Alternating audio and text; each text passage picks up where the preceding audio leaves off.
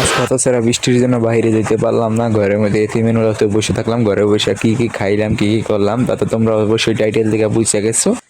Yes guys, তো আজকে ঘুম থেকে উঠে একটু দেরি হয়ে গেল। যখন আমার ঘুরাইতেছিল, উঠতে মন চাইতেছিল না, তো তখনই লাফ দিয়ে ঘুম থেকে উঠে গেলাম। আর ঘুম থেকে উঠা বাইরের ওয়েদারটার দিকে তাকাইলাম, কিন্তু বাইরের ওয়েদারটা বেশ একটা ভালো ছিল না, বৃষ্টি পড়তেছিল গুড়ি গুড়ি। ওয়েদারটা দেখে মন খারাপ হয়ে গেল। তখন ভাবলাম যে মুখ হাত ধুইতে যাই, অবশেষে বাথরুমে চলে আসলাম। দেখতেই পারছেন বাথরুমে আয়নার সামনে দাঁড়ায় আছি। তো এবার ব্রাশটা নিলাম হাতে, ব্রাশটা দাঁত মাজে থাকলাম।